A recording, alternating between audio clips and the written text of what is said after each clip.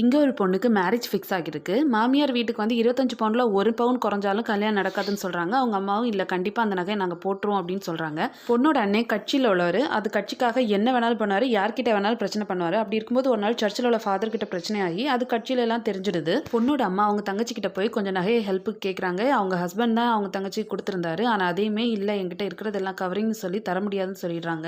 அவங்க நகையை கொடுக்காத வருத்தத்தில் வீட்டுக்கு வரும்போது அண்ணக்காரன் நல்லா நிம்மதியாக தூங்கிட்டு இருப்பான். அவனை ஒரு மிதி மிதிச்சுட்டு தங்கச்சிக்கு கல்யாணம் இருக்குது, நகையை எப்படி சேர்க்கறதுன்னு கொஞ்சம் மாதிரி பொறுப்பு இருக்கா அப்படின்னு சொல்லும்போது, நான் இல்லைனா என்ன, கட்சியில் அவளுக்கு நிறைய அண்ணனுங்க இருக்காங்க, அவங்க கல்யாணத்தை நடத்துவாங்க அப்படின்னு சொன்னா அதை கேட்டு அவங்க அம்மா கோவமாங்கன்னு போகிறாங்க. சர்ச் ஃபாதர் கிட்ட பிரச்சனை பண்ணனால அவனை கட்சியிலேருந்து தூக்குறதா கட்சியோட தலைவர் சொல்லும்போது, என் தங்கச்சிக்கு கல்யாணம் இருக்கண்ணே, நான் இப்போ என்ன பண்ணுறது அப்படின்னு கேட்குறான்.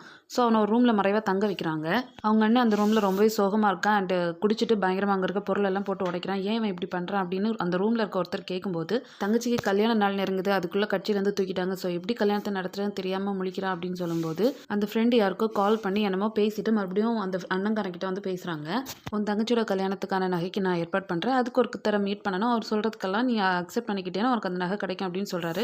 அவங்க சரின்னு சொன்னோடனே ஹீரோ பார்க்குறதுக்காக போகிறாங்க. ஹீரோ என்ன சொல்கிறாருன்னா, முந்தின நாள் 3 மணிக்கு உங்கள் கையில் நகை வந்துடும், ஆனால் நான் சொல்கிற கண்டிஷனுக்கு நீங்கள் ஒத்துக்கணும். நான் கல்யாணத்துக்கு முன்னாடியே கல்யாண பொண்ணுக்கிட்ட ஒரு சைன் வாங்கிக்கிடுவேன் வெத்து பத்திரத்தில். கல்யாணத்துக்கு பிறகு எல்லா மொய்ப்படத்தையும் சேர்த்து வச்சு பார்க்கும்போது இந்த நகைக்கு கணக்காக இருந்ததுன்னா அந்த பைசாவை நான் எடுத்துகிட்டு போயிடுவேன். ஒருவேளை அந்த காசு தேவையில்லைன்னா நான் நகையை திரும்ப வாங்கிட்டு வந்துடுவேன், அதுக்கு ஓகேவா அப்படின்னு சொன்னோம். ஆனால் நறு சரின்னு சொல்லிடுறாங்க. உங்களுக்கு கல்யாணத்து அன்னைக்கு மொய் வைப்பாங்களா இல்லை அடுத்த நாள் வைப்பாங்களான்னு கேட்கும்போது ஃப்ரெண்டு என்ன சொல்கிறாங்கன்னா, கல்யாணத்து அன்னைக்கும் வைப்பாங்க, சிலர் வர முடியாதவங்க அடுத்த நாளும் வந்து வைப்பாங்க அப்படின்னு சொன்னால், அப்போ நான் 2 நாள் நிற்கணுமா, 2 நாளுக்கும் ஃபுல்லாக உங்களுக்கு சரக்கு நாங்கள் ஏற்பாடு பண்ணுறோம் அப்படின்னு சொல்லி ஃப்ரெண்டு சொல்லிடுறாரு.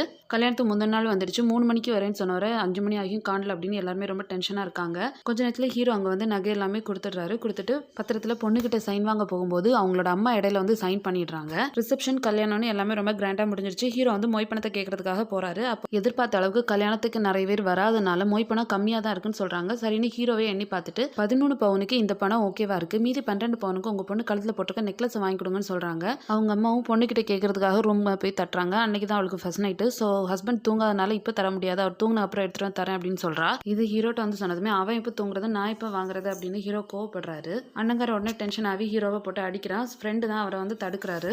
ரூமில் லைட் அணைஞ்சிருச்சுன்னா அவன் தூங்கிட்டான்னு அர்த்தம், அவன் தூங்கினோன்னு நான் வாங்கி தரேன் அப்படின்னு சொன்னோடனே ஹீரோ என்ன பண்ணுறாரு, அந்த ஜன்னலுக்கு ஆப்போசிட்டில் போய் உட்காந்துக்கிட்டு ரூமில் லைட் அணையுதா அப்படின்னு செக் பண்ணிகிட்டே இருக்காரு. அப்படியே இருந்து அவர் தூங்கிடுறாரு. காலையில் எழும்பினோடனே நகையை வாங்கிடலாம் அப்படின்னு சொல்லி போகும்போது அந்த பொண்ணோட ஹஸ்பண்டும் ஆட்டோல ஏறி போயிடுறாங்க. ஹீரோவால் அவங்கள பிடிக்க முடியல. ஸோ பைக்கில் ஏறி போகலாம் அப்படின்னு ட்ரை பண்ணும்போது பைக்லேருந்து யாரோ வேணும்னே காற்றை பிடுங்கி விட்டுருக்காங்க.